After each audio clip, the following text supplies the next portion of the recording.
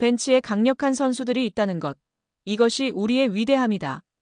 파리 생제르맹은 10일 프랑스 파리의 파르크 대 프랑스에서 열린 아스톤 빌라와의 챔스 8강 홈 1차전에서 3대1 역전승을 거뒀습니다. PSG는 전반 모건 로저스에게 선제골을 내줬으나 대질의 두 회의 중거리 슈팅으로 동점골을 만들었고 이후 흐비차 크바라츠헬리아, 누누 멘데스의 후반 릴레이 골이 이어지며 역전승했습니다. 값진 결과였는데요. 이로써 PSG는 2회 연속 4강 진출, 그리고 5년 만에 결승 진출을 바라볼 수 있게 됐습니다. 프랑스 매체 르 파리지앵에 의하면 엔리케 감독은 우리가 예상한 경기였다. 빌라는 깊게 내려앉는 수비를 했고 빠른 공수 전환으로 타격을 주려고 했다. 경기를 잘 통제했지만 쉽지 않았다. 일관성과 의문이 공존했으나 결국 모든 상대를 만나도 경쟁할 수 있다는 걸 보여줬다. 세 번째 골은 말 그대로 케이크 위의 체리였다. 아직 2차전이 남았으나 상황은 좋다고 이야기했습니다.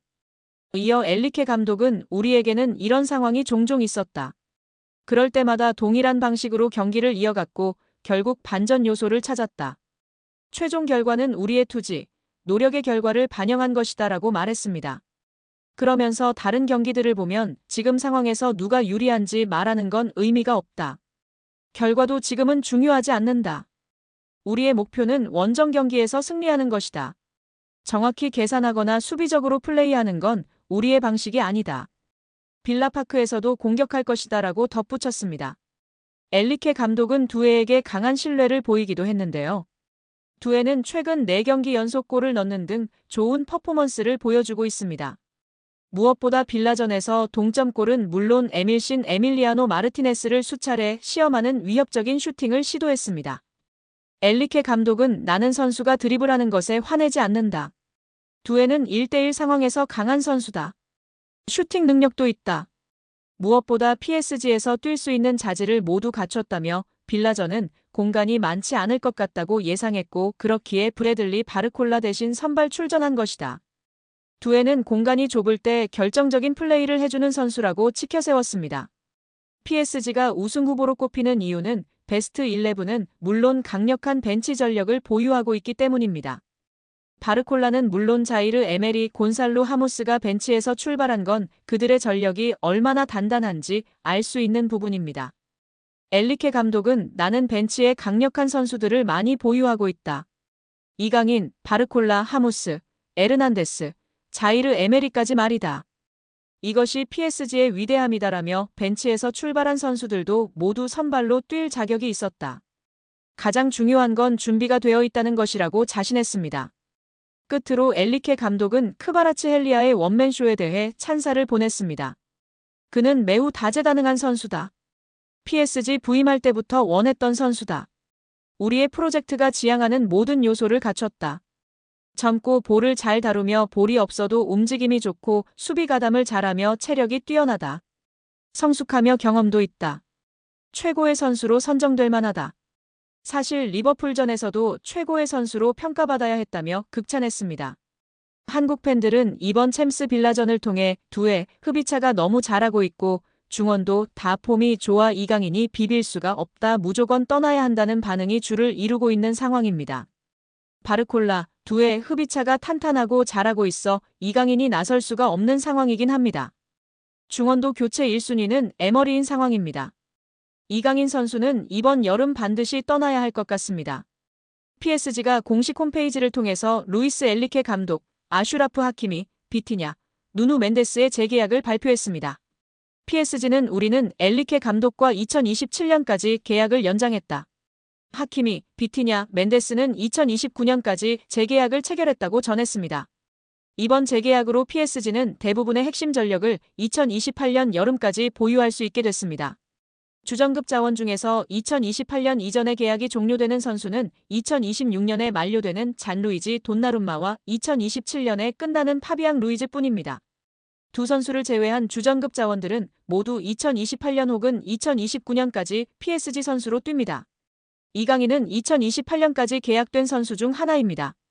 PSG와 재계약을 체결한 세 선수의 중요성은 말로 다 설명이 불가능할 정도인데요. 풀백의 중요성이 날이 갈수록 중요해지는 현대축구에서 하키미와 멘데스를 잡은 건 매우 크다는 평가입니다.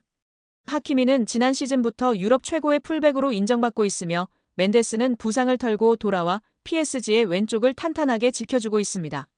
핵심 미드필더인 비티냐도 마찬가지인데요. 현재 비티냐만큼 중원에서 사령관 역할을 해줄 수 있는 선수는 전 세계에 많지 않다는 평가입니다. 엘리케 감독의 전술 구현에서 매우 중요한 풀백과 수비형 미드필더를 잡았기 때문에 PSG는 후방부터 전방으로 이어지는 코어라인이 앞으로 3년 동안은 탄탄하게 지켜질 것으로 예상됩니다. PSG가 가지고 있는 목표는 딱 하나뿐입니다. 이미 프랑스에서는 적수가 없는 PSG이기에 유럽 최정상으로 인정받을 수 있는 유럽축구연맹 챔피언스리그 트로피를 원하고 있습니다. 킬리안 은바페가 레알 마드리드로 떠나면서 슈퍼스타는 잃었지만 PSG는 이제 조직력을 앞세워 UCL 트로피를 노리겠다는 계획입니다. 슈퍼스타 위주의 영입에서 벗어나 팀에 융화되고 조직력을 올려줄 수 있는 어리고 유망한 자원을 집중적으로 영입하는 중입니다. 이강인도 이러한 방향성에서 영입된 선수 중 하나입니다.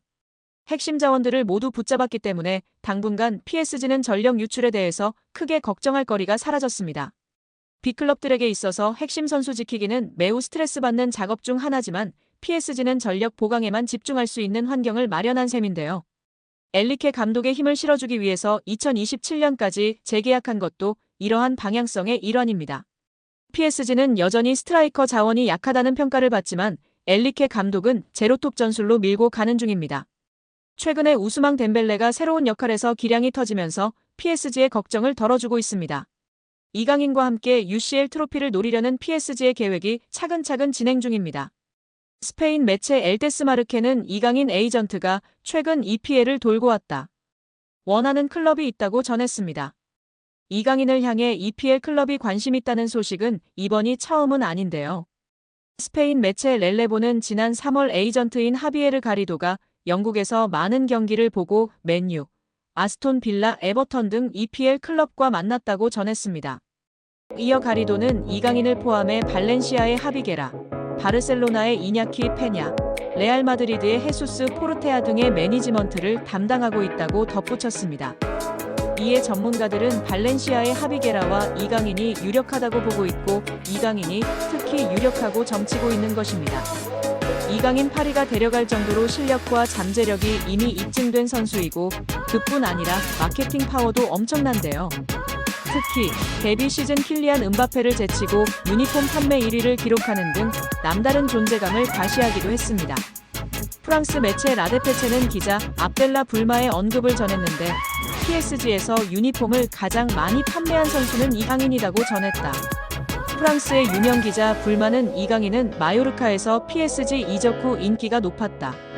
유니폼을 가장 많이 판매했다고 감탄을 금치 못했습니다. 프랑스 리그앙 공식 사무국도 이강인의 존재감을 조명했는데 PSG의 슈퍼스타는 이강인이다. 파리가 열광 중이다. 유니폼이 미친 듯이 팔린다며 놀라움을 금치 못했다. 프랑스 매체 르텐스포츠은 이강인은 대박이다. 영향력은 스포츠 수준에서 그치지 않고 있다. PSG는 아시아 시장을 공략할 수 있고 수입을 늘릴 수 있다며 존재감을 조명했었습니다. 이에 마케팅에도 진심인 EPL 구단이 이강인을 적극적으로 원하고 있는 상황입니다. 글로벌 매체 온더미닛에 따르면 노팅엄 포레스트도 이강인 영입을 눈독 들이고 있다. 파리 생제르맹은 이번 겨울 매각할 수도 있다고 전했습니다. 이어 토트넘이 이강인에게 관심을 보이고 있다. 맨체스터 유나이티드와 뉴캐슬 유나이티드는 PSG와 접촉했다. 매각 가능성을 문의했다고 전했습니다. 이와 함께 이강인은 PSG 주전 경쟁에서 유리한 위치가 아니다고 언급했습니다. 또한 이강인은 아스널과도 연결됐는데요. 스페인 매체 피차에스에 따르면 이강인의 이적료가 4천만 파운드 약 600억으로 붙었는데 맨유가 문의했다고 전했습니다. 영국 매체 디 애슬레틱은 이강인은 아스널이 노리는 선수다. 새로운 도전을 원한다고 전했습니다. 그러면서 이강인은 아스널에 잘 알려진 선수다. 하지만 가격은 부담스럽다. PSG는 아시아 시장에서 큰 영향을 미치는 이강인을 쉽게 내주지 않을 것이다. 임대 후 완전 이적이라면 가능할 수도 있다고 덧붙였습니다. 유럽의 각 매체들이 직접적으로 언급한 EPL 구단만 노팅엄, 뉴캐슬, 아스톤 빌라, 에버튼, 토트넘, 아스널, 맨유로 총 7개 구단입니다. 물론 이강인과 하비게라 2명 중 1명인 구단도 있는데요. 과연 이강인의 행보는 어떻게 될까요?